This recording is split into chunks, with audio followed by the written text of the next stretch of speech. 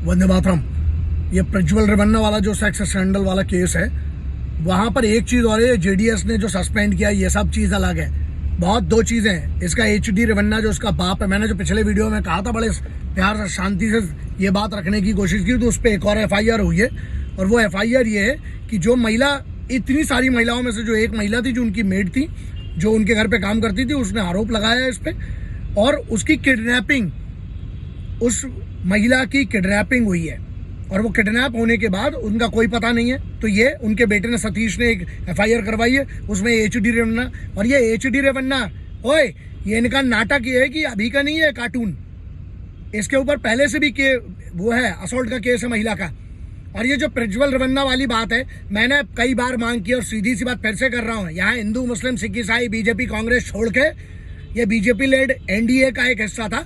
यहाँ पर सबसे बड़ी बात है, सरकार को इस पे बहुत कड़े से कड़े कानून, और मैं वही कानून की मांग करता आया हूँ और आज भी कर रहा हूँ, कि चाहे वो किसी का भी हो, चाहे वो आपकी यहाँ पर एनडीए का गठबंधन का हिस्सा हो, चाहे वो कांग्रेस वाली इंडी का हो, चाहे कोई भी पार्टी का, कोई भी, लेकिन यहाँ मुद्दा ये है, जो मैंने कहा था, कानून के तहत, सबसे सख्त कानून के तहत, अगर किसी ने हजारों महिलाओं के साथ ये किया है, क्यों नहीं उसका एनकाउंटर होता कानून के तहत?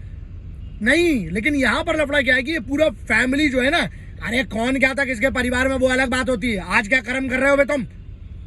तो आज जो ये कर्म है, इस पे क्यों कोई कुछ नहीं बोलता?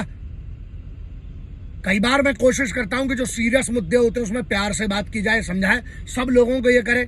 ऐसे ऐसे सेक्शन से, और अगर ये बंदा भागा है, प्रज्वल प्रसन्ना, ये प्रज्वल रेवन्ना, यहाँ नाटक ये है कि कोई ना कोई तो मिला हुआ है ना। शर्म तुम्हें ये नहीं आती है? हमेशा याद रखना, बाय कंसेंट लॉ में परमिशन है चीजों की, लेकिन जहां रेप वाली बात आती है, वहां पर कानून, दुनिया का सबसे खतरनाक कानून जो होना चाहिए वो भारत में होना चाहिए।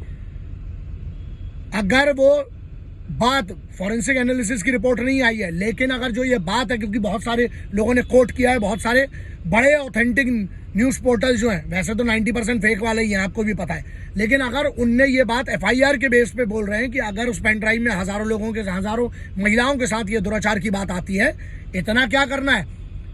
उनकी टेस्टिमनी, वीडियो टेस्टिमनी है, फॉरेंसिक एनालिसिस होगा, उसका 3 एजेंसीज हैं, वो आराम से करके दे सकती हैं। केंद्र सरकार की है, राज्य सरकार की है, एसआईटी का गठन हुआ है, तो एसआईटी क्यों फेल हो रही फिर? यहाँ इंटेलिजेंस कैसे फेल हो रहा है?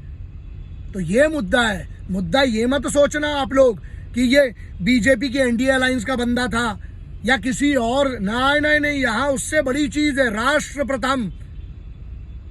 अब आप लोग देख लो, हम जब आवाज उठाते हैं तो लोगों को ना पता नहीं, समझ में नहीं आता। अगर हम बात करते हैं कि कानून के तहत इनका क्यों नहीं, इनका एक प्रॉपरली एनकाउंटर होता है, यहाँ हिंदू मुस्लिम सिख ईसाई का एंगल मत लाना बे, कानून सबके लिए सेम रखो, और यहाँ पार्टी का भी एंगल मत लाना।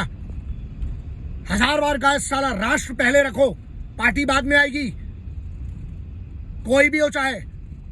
अब इसके बाद तुम्हारी मर्जी है। मैं तो गुस्से, मैंने अपनी बात रखी, अब आपकी बुद्धि और आपके अंदर का क्या जमीर है वो आप लोग देखिए। जय हिंद, वंदे मातरम, इंकलाब जिंदाबाद, भारत माता की जय।